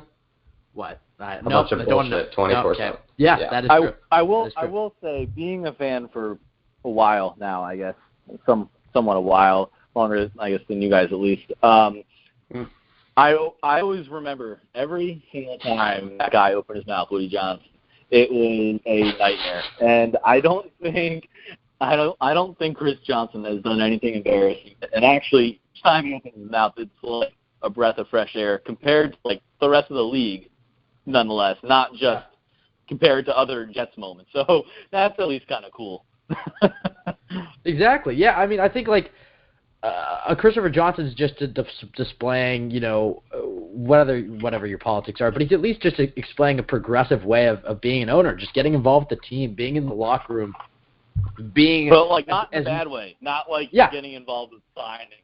No, not at all. Yeah, not in the way, not in the interfering way. He almost has removed himself from kind of the decision making, just kind of getting involved with the players, supporting their causes, showing up at their events, helping players with things behind the scenes that we can't talk about.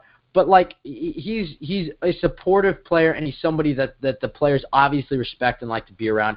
Before every game, he's out there linking Jamal Adams' Twitter post, after his statement, today, saying how much they appreciate him, etc. Yeah, I mean he's there every game, linking arms to the players in the national. Like I just respect that, and he's put a new face on the Jets. Let's go ahead and look at another TOJ article. We're just gonna burn through all these TOJ articles. But we'll go with False Narratives for 2018 by Greg Armstrong, and we're gonna talk a little bit about fake that. news. Yes. Let's go. So let's talk about some false narratives. Are you ready for this? Sure. All right. So we'll start with the first one, and this again, all credit goes to Greg Armstrong. God. First one is that the Jets have no receivers. Kyle, I'll let you debunk this one first. Coming from the guy who believes All right, let's start that over again. Coming from the guy who believes that Terrell Pryor is the best receiver on this team, Just and wrong. he's ahead of Robbie. You know what else is wrong, Ben? Don't answer. Just keep moving. Your moral compass. All right. When is it going to dawn on you that you're a bad person overall? That's what's wrong.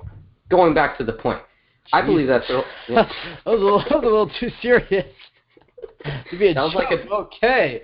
That was God. like DeMar DeRozan's mental health commercials. This for isn't the Family NBA. Guy. Not everything needs to be a reference to something else. Just keep going.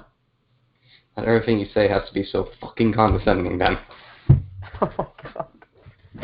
I love our show. I love our show so much. Terrell Pryor, 1,000-yard receiver with the Cleveland Browns. Quincy Nunwa didn't get 1,000 yards with the Jets, right? But he's a good receiver. Very close. Very close. He got edged, basically. Robbie Anderson, basically a 1,000-yard receiver with the Jets. Jermaine Kearse, almost a 1,000-yard receiver with the Jets. They're playing with better quarterbacks this year. They obviously have the talent. And, I think the only people that believe the Jets don't have weapons around them are people looking for clickbait right now. So, Todd, your thoughts? The cum rags of Twitter, basically. Sorry, I keep muting myself because I'm eating dinner. Same. I agree with most of what's said. I don't like saying, like, oh, this guy's almost a 1,000-yard receiver because, he wasn't. But at the time, when you actually look at it, with last year, Robbie was, 4 games out and needed, just over 100 yards or something like that, and didn't even get it because, he had Bryce Petty as quarterback. So, not that Josh McCown is the best quarterback ever, but he was clearly, head and shoulders above Bryce. So, you have to figure if McCown stayed healthy all 16 games, or at least even 1 or 2 of those games, Rob gets to 1,000 yards. And then also when you consider Nunwa, that was really only his second year, or was it his third year? It was his second, yeah. Or technically his third in 2016. Third, right? Because he sat a year. Yeah. Okay. So third year, but second year playing essentially, and he had 850, something like that, 60 catches, 850 yards. Is that right? Yeah. So you have to figure if he's healthy last year, you really would have come on, especially having Robbie as good as he was last year. You have to figure that tandem could be something really special if Nunwa comes back, fully healthy, and it sounds like he is, but you never know until they play the game. So that's still a pretty big question mark, I think. And then, Kearse had a good year last year, but he's still more of a role player, and he's good as a role player. But let's just say Quincy isn't at actual health, then that's where it might be a little bit tougher. I guess it might just be the same thing as last year, but that's where that thought might have a little bit of legs, or at least closer to the way people are portraying it. But it's nowhere close to the worst receivers in the league or anything like that. I think people want to make it sound just because they don't have the names. Yeah, I think you're looking at a team with so how do the Jets surround Darnold? Specifically looking at wide receivers, because I think the Jets have a solid core running backs. There's certainly core running backs you can win with. The tight end position is a little more of a question mark, but again, there's 6 tight ends in that room. I think that you're going to find somebody in there. I think that, Herndon, I'm a big fan of. Leggett, I was a big fan of last year. So you have two young athletic tight ends you just drafted. Clive Walford is a consistent You like him tight in end. athletic then? Yes, I do, as far as my tight ends go. Oof. Oh. Oh, man. As far as wide receivers, also. Look. Yeah. All right. As far as wide receivers go, I think you're looking at, yes, Robbie Anderson is a guy who can't stay out of trouble. But as far as we're going as on-field production, this guy showed one of the best young receiving years that I've seen. He literally came in and dominated with Josh McCown as his quarterback. And, he had some games where he wasn't the best receiver or he wasn't as consistent as he probably should be, and he didn't develop his route tree enough.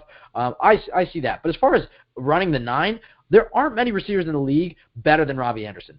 Probably Tyreek Hill, and then, yes, you could probably maybe go through an Odell Beckham Jr. type, but Robbie Anderson consistently, going back to 2016, consistently gets by defenders.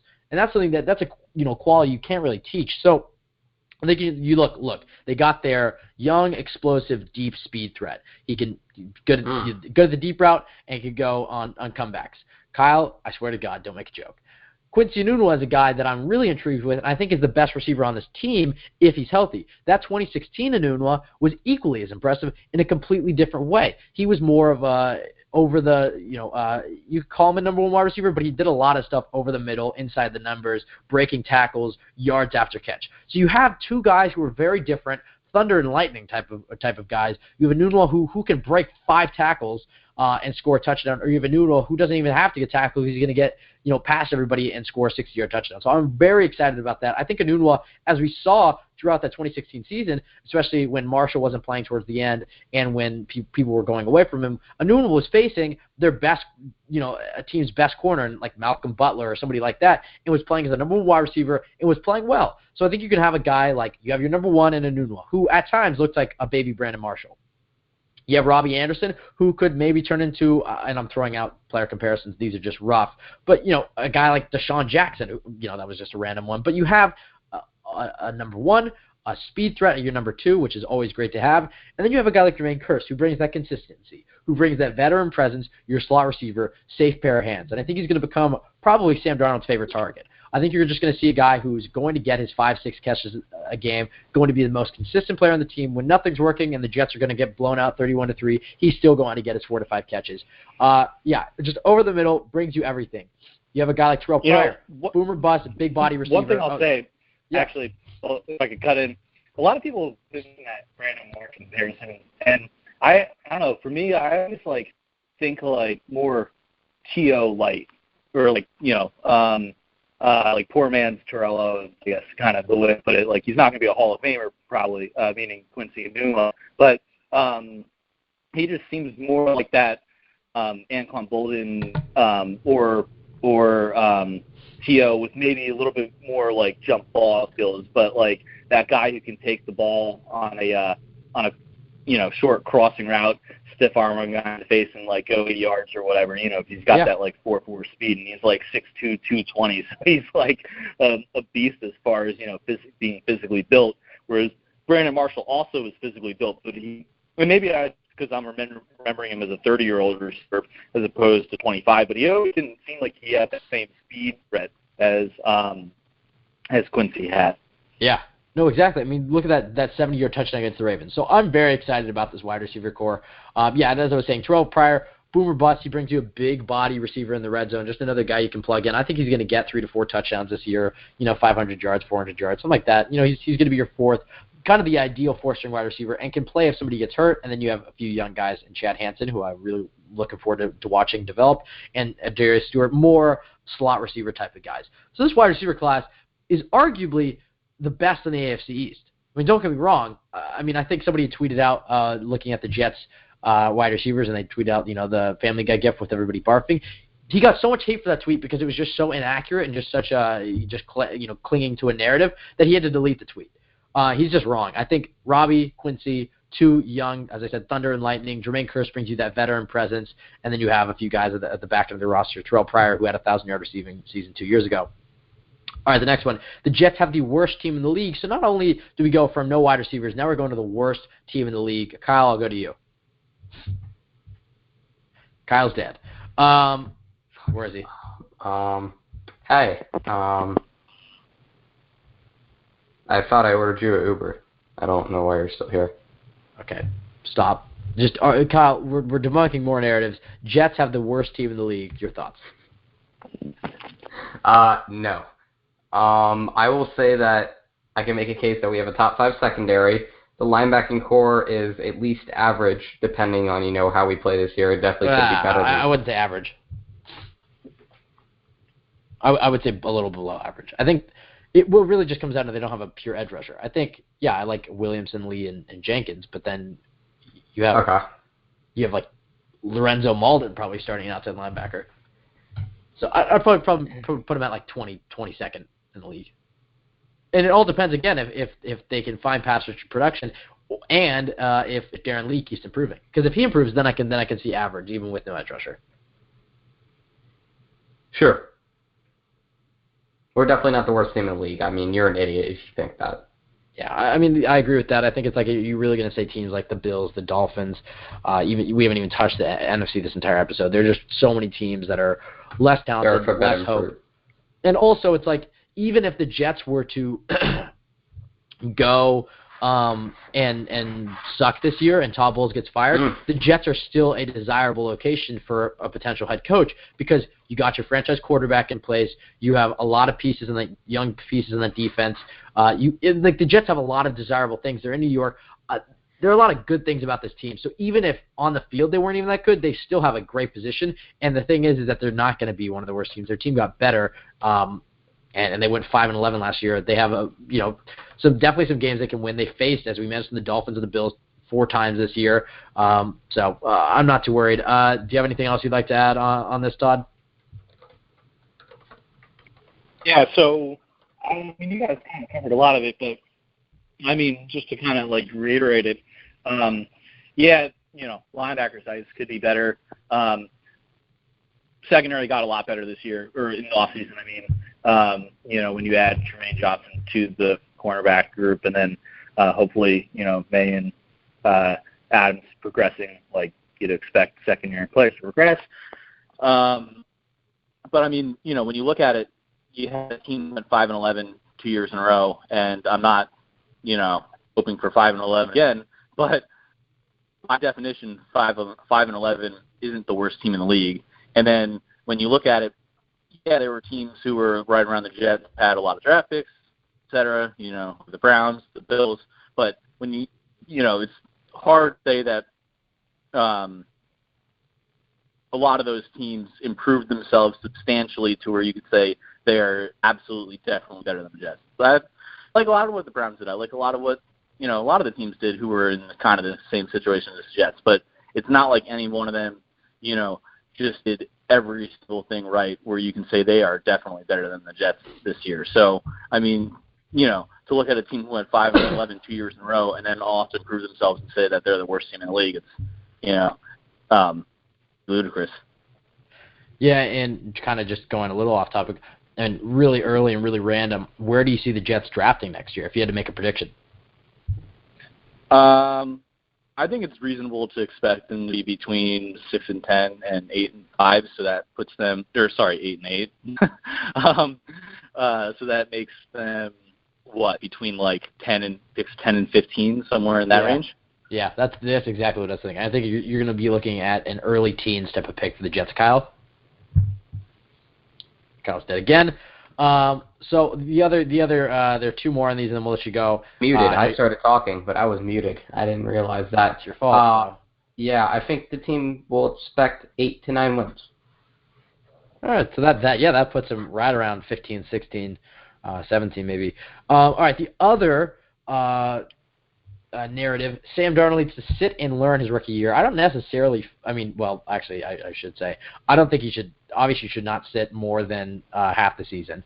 But yeah, I mean, he wrote Dan. Yeah, it was Dan. I don't want to mispronounce his last name, but SEN at Craymon Green on Twitter. he wrote a piece about there are more quarterbacks who are successful by starting than sitting in year one. I mean, even you look at Jared Goff and Carson Wentz, I think that's probably the go-to example for a lot of people recently. I mean, who were pretty bad there for the rookie year. They made a lot of mistakes. They showed their potential. They made a lot of mistakes, had a lot of turnovers, but then their second year they took that jump. Todd, what do you think about this? Do you think that we should let Darnold play, let him make his mistakes, let him throw some turnovers? This isn't the year the Jets are trying to make the playoffs. I mean, obviously we're trying to, but they're not expected to make the playoffs. And then in 2019, when the pressure's on, then he's ready for it. Yeah, I mean, I don't think anybody's arguing that he should be rushed in, or it should be like Sanchez, where they kind of Rex walked in the door, the day after the draft pick and said he's our starter or whatever it was. I don't think anybody's arguing that. But, as long as he can hold his own and is, anywhere close to McCown or Bridgewater, I think he should be the starter. The one thing I would say is, I wouldn't be upset if he, I'm trying to remember which games the year as far as, game 3 or 4 or whatever, where they have, I think it's, 3 games in the span of, 11 or 12 days or something like that, because of, how, the Thursday night schedules go and stuff like that. So if they sat him until after that, just because that's kind of a grueling schedule for somebody also trying to learn the NFL ranks and everything like that. If they kind of played him, waited out until after that, that wouldn't be the worst thing in the world, and that's also really early in the season. So he'd be probably starting by 4 or 5, I think, by then, 4 or 5. So that wouldn't be the worst idea in the world. But if they feel he's ready by week 1, by all means, go ahead, do it. I mean, if you take the Wentz example, Wentz started training camp or OTAs or whatever as the third string quarterback, just like Darnold did. If we're putting a number on it, he was the third guy taking reps. Darnold was, and same with Wentz. And then he moved up to 2, and then he moved up to 1, and Bradford got traded. So I think if things progress and we see Darnold with the same kind of trajectory, why not? Yeah, I agree with that. Kyle, your take? Why'd you come to me? Oh, my God. The narrative was that Sam Darnold should sit and learn for a year. No, we should play him when he wins the job. I'm just going to leave it at that because I'm not going to force you to say anything. The last theory to debunk, or the last narrative that is false to debunk, and Todd, I'll give you this and then we'll let you go, that these Jets are the same old Jets. I'll go to Kyle first so he doesn't fall asleep. Yes. Kyle, your thoughts on this? Fake news media, back at it again. All of these things are just people who want clickbait and views, who are just pissing people off on Twitter. None of it's even close to reality.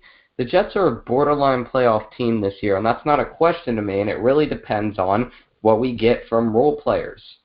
I think we can make the playoffs if we have a really good year for role players. But I don't think we're going to have a really good year for role players.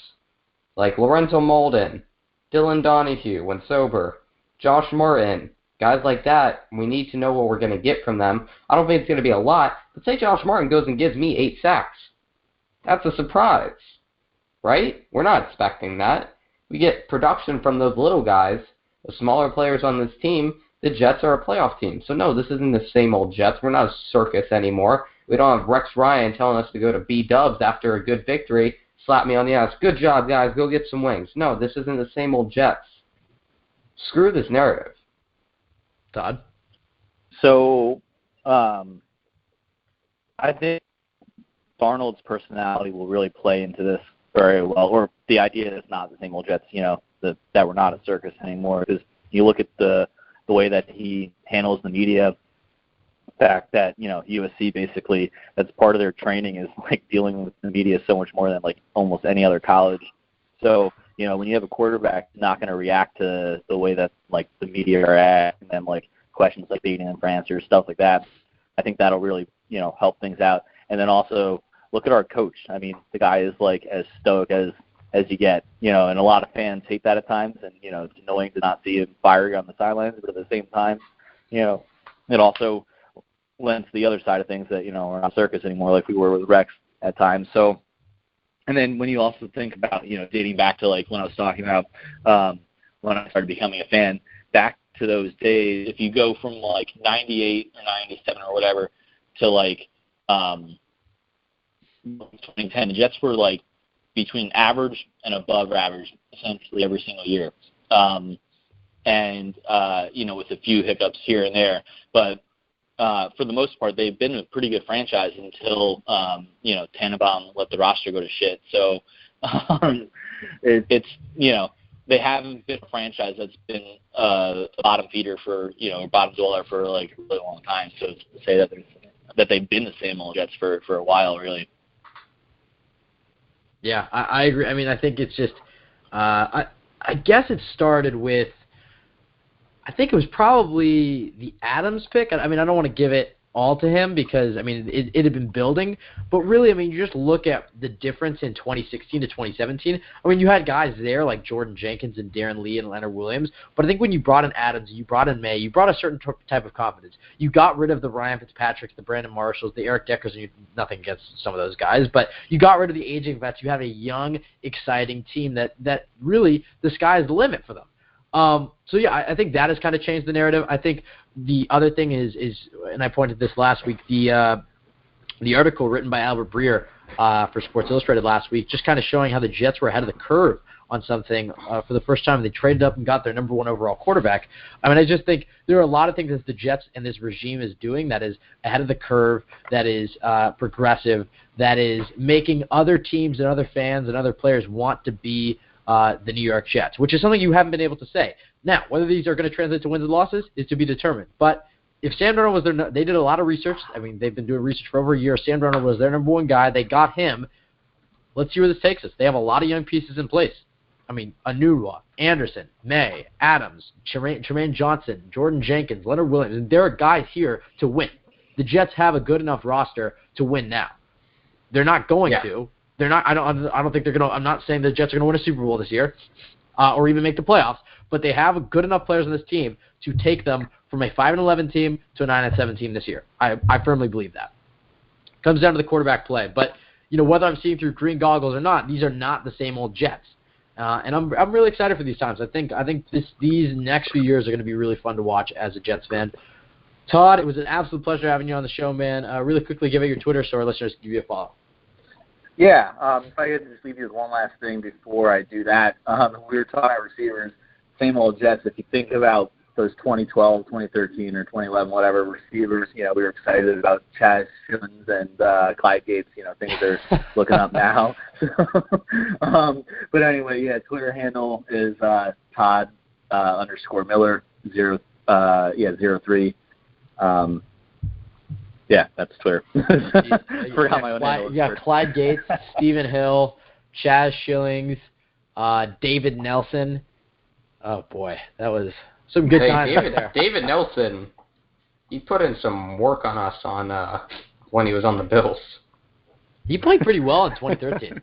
Yeah. People forget he had a pretty solid. Let me just see his stats. Todd, it was an absolute pleasure having you on the show, man. Hope to hear from you in the future.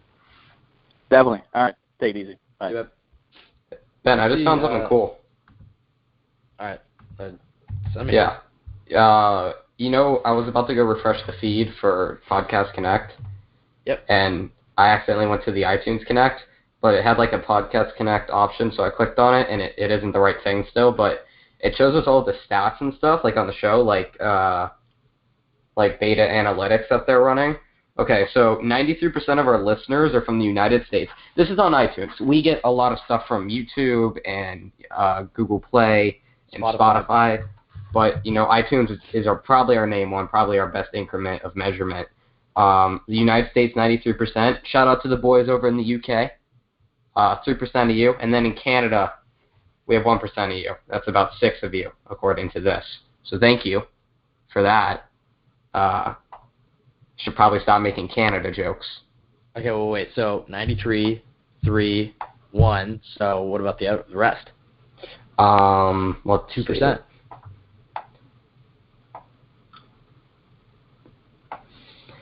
Doesn't show me the other ones. I'm going to guess Kenya. I think we have a strong connection in Kenya. You might have Brazil, because there's a Brazil writer, Arthur Irwin, for Return of the Jets. Yep, that's a possibility. Okay, it also gives us the average time of consumption per episode for, for how long the episode is, like how many people actually listen to the whole thing. So I'm not surprised the Darren Lee episode, as you can guess, it only got 25% average consumption because people only listened to the Darren Lee interview, and then they were done. Because that was it. That's fine. But like last week's episode, 61% of the people listened to the whole damn thing. It was 117 minutes. People listened to the whole thing. More than 50% of you guys listen to me talk for an hour and 17 minutes. God forgives you of your sins. You have been repented. You've been reborn. Well, I guess it's kind of a solid place to end it. Is just talking about. We just like to thank all the new listeners and interaction we've had. Yeah, really we're killing the past it. few weeks. Yeah. I think look at Kyle. Kyle might be the least humble person I've ever met in my life. But humility might not everybody's trait. He has other qualities about him. Oh boy. We just like to thank. I mean, I think part of it comes back to. Like to thank my parents. The academy. I think it's just we've been a lot more consistent these past few months. First we've had the show since, so I'm going to be graduating high school next week.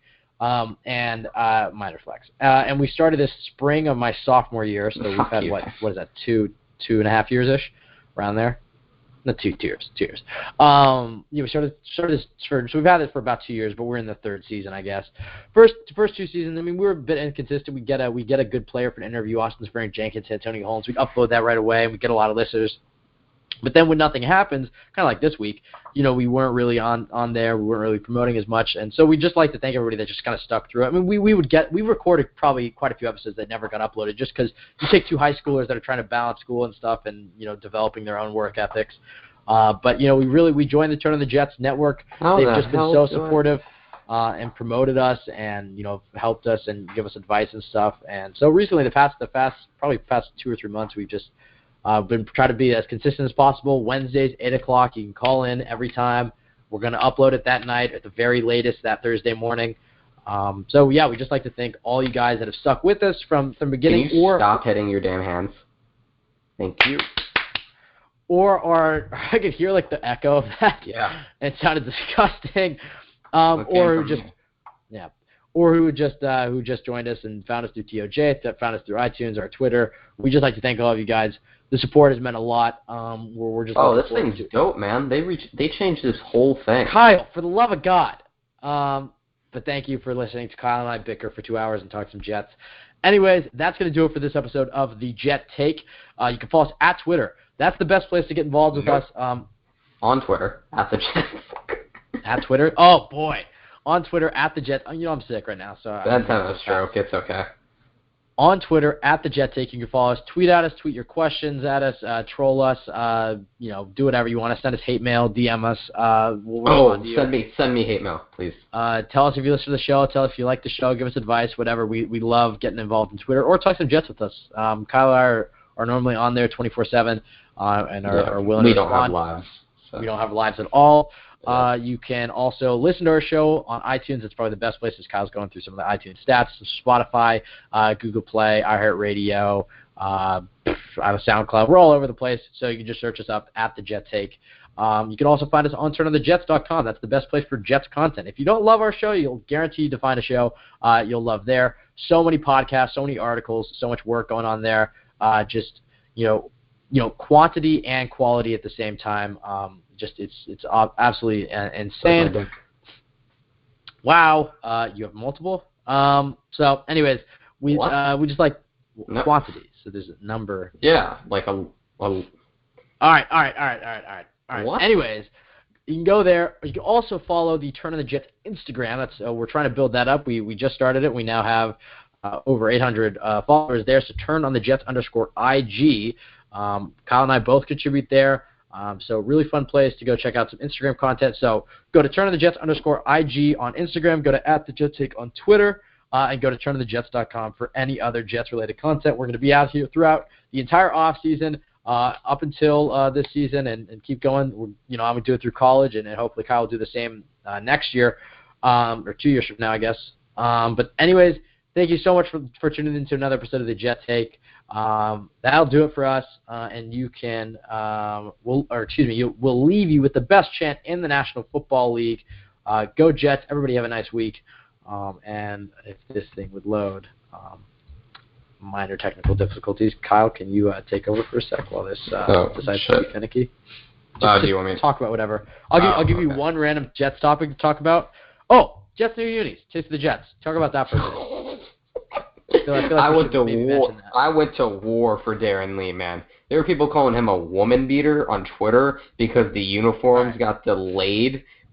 Like, are you kidding me? Seriously right now, guys? Let's address this because we got some hate for this too.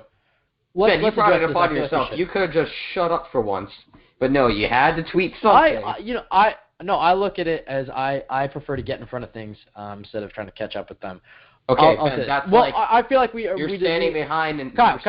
This is okay. Shut up. Wow. Damn. Just listen. I'll say this. I think that I can jump out the window right now. As far as the only reason. All right. So as far as Taste of the Jets and Jets new unis and whatnot go, I feel like we should probably address this because we had Darren on the show, we promoted this, there's going to be an announcement and whatnot, and there wasn't. I got wind that there wasn't going to be an announcement that morning from Darren himself. I don't want to get into exactly why there's not an announcement, but I just say this, and for those who want to call BS or whatever or don't want to believe me, then fine. I'll just say this: trust me. Be patient. There is something in the works. Just be patient. Just trust me that you'll be very happy in the next few months. That's all I can say. Or I guess maybe the next year. But just in the coming 12 months, you'll be very happy. Just please get off Darren's back for there not being an announcement at Taste of the Jets. That's all we can really say on that. There's just a last-second thing, and they weren't going to say anything at Taste of the Jets. But there are things in the work. A lot of good progress has been made, and I promise, this is a personal promise from Darren Lee, and this is a personal promise from us that you all will be very happy very soon about the current state of the Jets new hashtag Jets new unis. All right, that was a good place. Glad we addressed that before the end of the show. All right, Kyle, let's get out of here. We'll leave you with the best chant in the National Football League. Go Jets. Everybody have a nice week. We'll be back next Wednesday, 8 o'clock Eastern. You can call into the show, 515-739-1285, and then enter the access code 261860 with the pound or hash sign. Call in, share your hot takes, or listen live on a computer. We tweet out the link every time we go live every Wednesday on Twitter. So thank you guys so much. We'll leave you with the best chant in the National Football League. Go Jets.